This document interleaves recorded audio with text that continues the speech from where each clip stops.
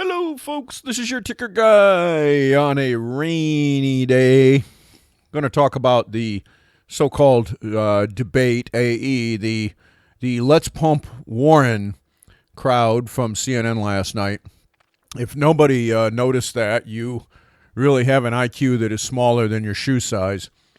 It was blatantly obvious that they were lobbing softballs at her, and on top of that, we're letting her essentially monopolize the stage. You know, where are the so-called moderators with an actual kill button on people's microphones for when they start that grandstanding crap?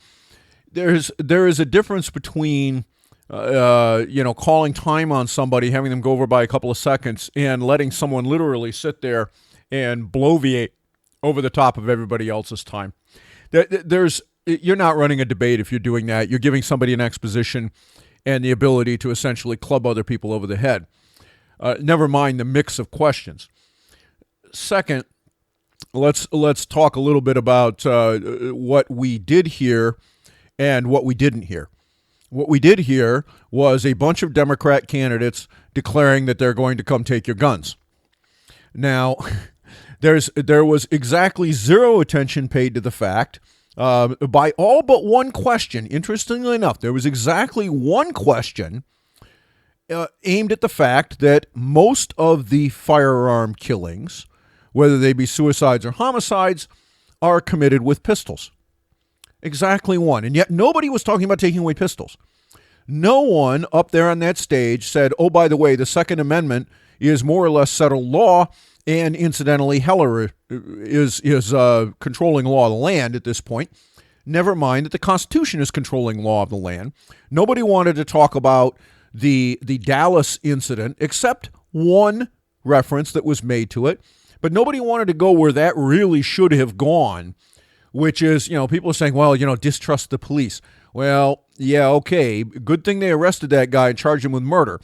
And the reason is this: at some point, if they had not, the people would have decided that any police officer that sets foot on private property without an explicit invitation is an armed invader, and they're going to treat them exactly that way. The first time that you have police officers coming door to door to pick up firearms, the same thing's going to happen. And anyone that thinks it won't is nuts.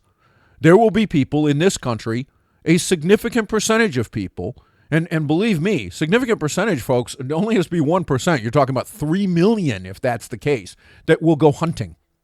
They will not wait for the cops to show up at their house. They will hunt. Just like that cop essentially went hunting in Dallas. He was looking for a reason to shoot somebody. He was snooping around outside someone's home at oh dark nothing without announcing himself. The homeowner apparently picked up a firearm for defensive purposes, which is an entirely reasonable thing to do inside your own house at 3 o'clock in the morning when you hear something go bump outside, and he shot her. All right? Now, that is, by any definition that I can come up with, murder. And, we'll see. Texas charged him with murder. Good. Well, you know what? If Buttplug and O'Rourke think that they're going to send people around to go pick up guns, or if the rest of these clown faces think that they're going to try to amend the NFA to declare these things registrable with a tax on them under penalty of you going to prison for 10 years, I will just observe that there will be that 1% of Americans that will say, no, we won't. They will not only not turn it over, the first time that you come and you actually arrest somebody for this, there's going to be a problem. And it's not going to be the kind you want. You want to start a civil war, Democrats, you go right ahead and do it.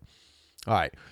Let's leave that aside. I've pointed this out before, okay? I did a YouTube video on it, an actual video as opposed to a podcast. Go listen to it. There's a reason that we have a Second Amendment, and it's not so that you can protect yourself against the random burglar. That happens to be a very good side effect, but it's not why it's there. What we didn't hear last night was any kind of real exposition on the two big things that are driving the problems that we have in this country. And the biggest one of all is the issue we have with healthcare. Oh, there were people talking about, well, Medicare for all or Medicare for anyone who wants it. Okay. And we had a little bit of pushback of people saying, and actually Joe Biden got in a very useful line. He says, listen, you're not being square with people. You're not telling them how much it's going to cost, how you're going to pay for it. Well, he's telling the truth. So one intelligent thing I've actually heard out of that old fart, and I heard it last night. That was a shocking thing to hear from him. He was goading at Warren and others that were on the stage talking about, well, we're just going to do this. Look, folks, there was not one single word spoken about the fact that your knee replacement is X dollars in one place and X times 10 everywhere else. About a hernia operation being $3,000 at the Surgery Center of Oklahoma and somewhere between $30,000 and $60,000 in a traditional hospital. And people want to talk about the problem.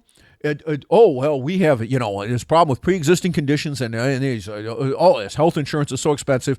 Yeah, cut the cost of health care by 90% and see how expensive the insurance is. It'll be dirt cheap. Everyone will be able to afford it. And for those few people who can't and choose not to buy it, as I have laid out, there is a solution to this. You essentially create the ability for the Treasury Department to treat it as a tax lien. And it gets funneled back into there and collected against them. And if they can't pay, they can't pay. When they die, if they don't have an estate, guess what? The government chews it. Other than that, no, it doesn't. It recovers it from whatever is there because it's a priority lien, just like any other tax lien. And that's the way we solve the problem. But you have to solve the pricing problem first, because otherwise all you've done is turn the government into an enormous rapist, just like we did with Obamacare and forcing people to buy coverage that they could not get any kind of subsidy help for. AKA, in non-Medicaid expansion states, anyone who either made too much money or didn't make enough. And if you think that you can pay $1,000 a month when you're making $20,000 a year, you are smoking drugs. And we're not talking about marijuana in those states where it's legal either. You're smoking something much stronger than that. All right. There was zero attention paid to this. There was also zero attention paid to the fact that we admit people and let people come into this country and then they access these services that they cannot pay for. No one wanted to take that on. No one wanted to take on the fact that we had a black robe bastard who claims that forcing immigrants to actually comply with the law, okay? And again, folks, the public charge requirement was passed by Congress. It is a law. It is allegedly, according to this black robe asshole, it is repugnant to American values. Well, if it's repugnant, you're taking it off in the wrong place, because it was Congress who passed it. That public charge provision has been there for a very, very long period of time. It's not new, and actually enforcing it is not repugnant. Enforcing a law is that's what the Justice Department's supposed to do. That's the entire point.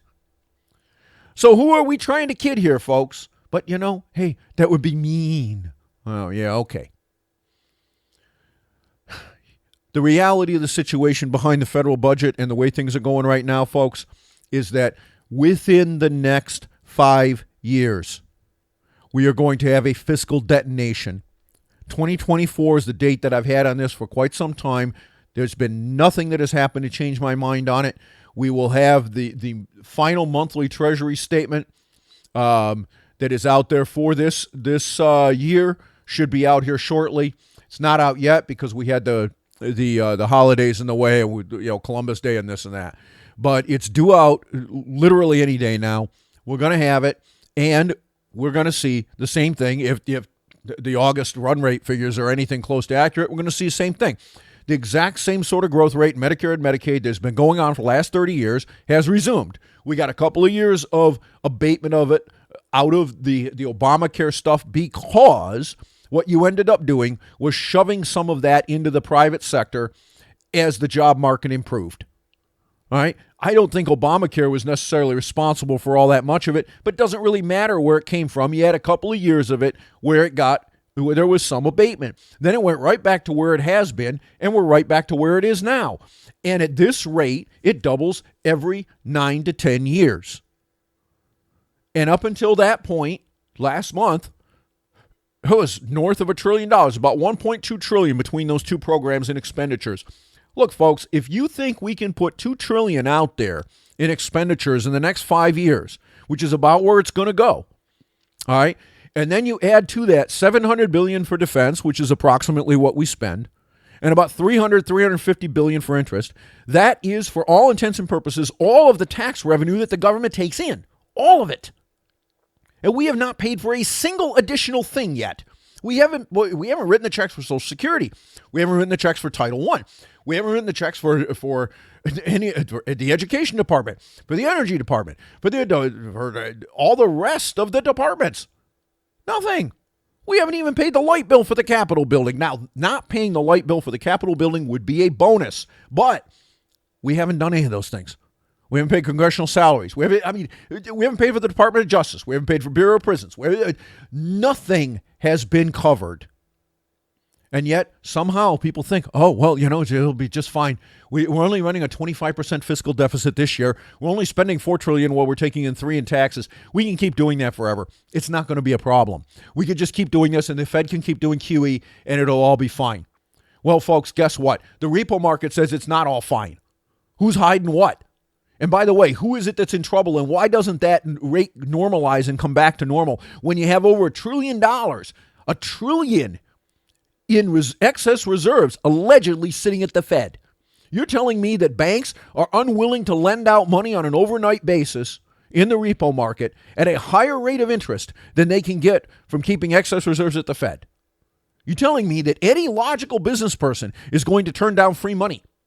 No, they are not. The only reason it's happening is because either the collateral is no good or the cash that's allegedly at the Fed isn't really there.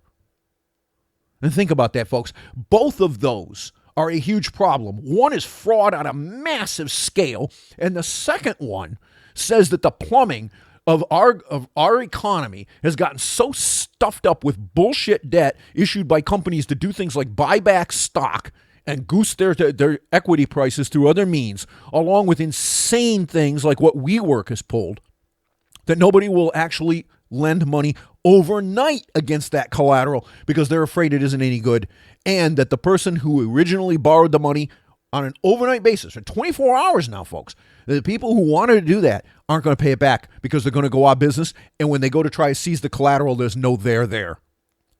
If that doesn't scare the living bejesus out of you, it damn well should, because that is 10 times worse than what happened in 2008 when Lehman blew up. 10 times. And we haven't even seen the beginning of the cracks in the equity markets or in any of these companies yet. Not so much as one bit of distress. So who's lying? Obviously someone.